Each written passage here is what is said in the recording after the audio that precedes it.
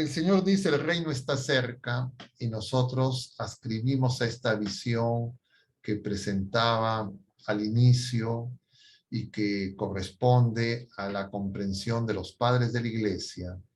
Y este reino se manifiesta en Jesucristo. Jesucristo le va a decir a Pilato, a la pregunta de ¿tú eres rey? Jesús va a responder, yo soy rey, para esto he nacido. Soy rey, pero mi reino no es de este mundo. Entonces, lo que nosotros tenemos que comprender es que nosotros somos criaturas simultáneamente en el tiempo y en la historia, pero llamados a participar de la vida eterna, en un sentido escatológico. Entonces, cuando nosotros queremos dividir sin esta comprensión que es la verdad revelada, no es algo que nosotros hemos deducido, producto de nuestra inteligencia, de la filosofía, sino que es revelación de Dios mismo, porque reconocemos a Jesucristo como Dios y hombre verdadero. Entonces, ya no malinterpretamos estas visiones que surgen justamente cuando se separa y se produce una ruptura entre lo temporal y lo eterno. Entonces, cuando nosotros decimos, sí, efectivamente, tenemos una dimensión temporal y una dimensión eterna, estamos aceptando en Cristo que Él viene a conducirnos a un éxodo que es distinto al éxodo de Moisés, que llevaba a la tierra prometida. Jesucristo nos viene a llevar a la patria celestial. Ahora, mientras que nosotros peregrinamos, evidentemente tenemos necesidades temporales.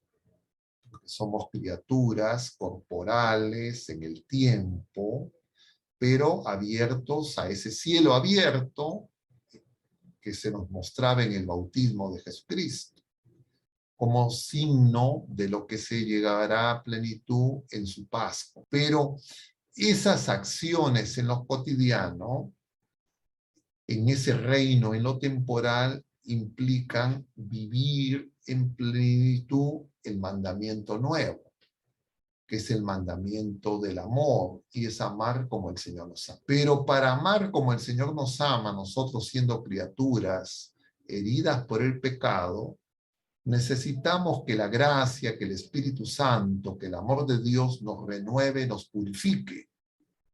Y entonces, cuando nosotros no comprendemos esa relación entre la libertad humana y la gracia, entonces podemos caer en estas visiones voluntaristas, que son justamente las que proponía Pelagio.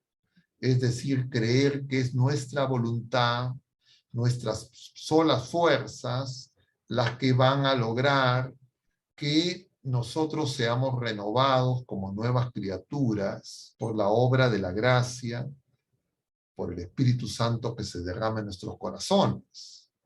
Y entonces eso es, diríamos, el pelagianismo, una visión que sobredimensiona la voluntad humana y minimiza la obra de la gracia. Esa fue la herejía pelagiana y neopelagiana que combatió San Agustín, por eso se le llama San Agustín el doctor de la gracia.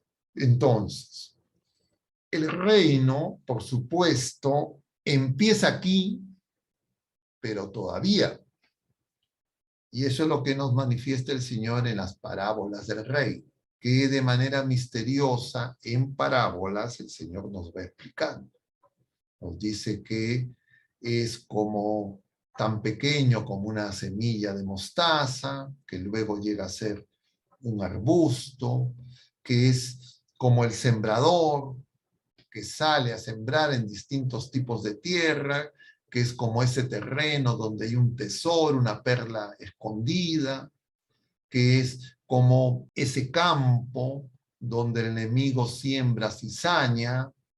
Entonces, es una realidad pues misteriosa, efectivamente.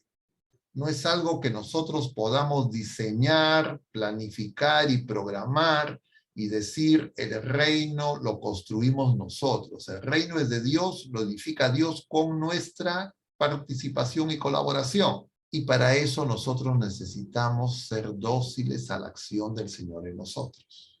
Pero cuando en nuestros afanes, diríamos inmediatistas, en nuestra, entre comillas, creatividad, nosotros identificamos la necesidad de los problemas, la pobreza, las injusticias sociales, la violencia y todo lo que podemos identificar con nuestra razón.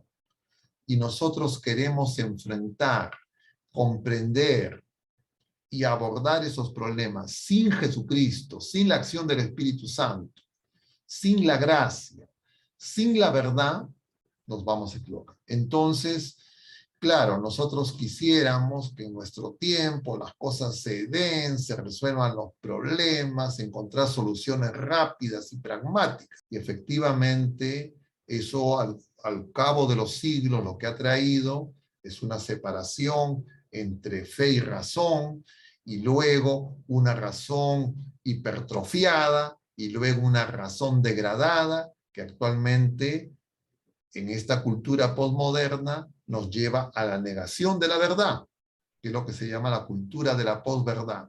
Entonces ya no hay nada es verdad ni es mentira, todo es según el color del cristal con que se mira, y entonces cada quien tiene su verdad. Y entonces lo importante es lo que es verdad para mí, inclusive Dios. Entonces ya no hay un Dios en sí, sino lo que es Dios para mí, y entonces yo interpreto a Dios según lo que yo creo, bajo un supuesto, entre comillas, antropocentrismo, pero que al retirar a Dios degrada al ser humano, porque la manera de exaltar al ser humano es justamente en Jesucristo, que es Dios y hombre verdadero. Y no puede haber exaltación más alta de la criatura humana si no es en Jesucristo. Y entonces vivimos en este tiempo de confusión, donde ya se discute qué es la verdad, se discute si hay verdad, se discute qué es el bien, y entonces todo se hace opinable.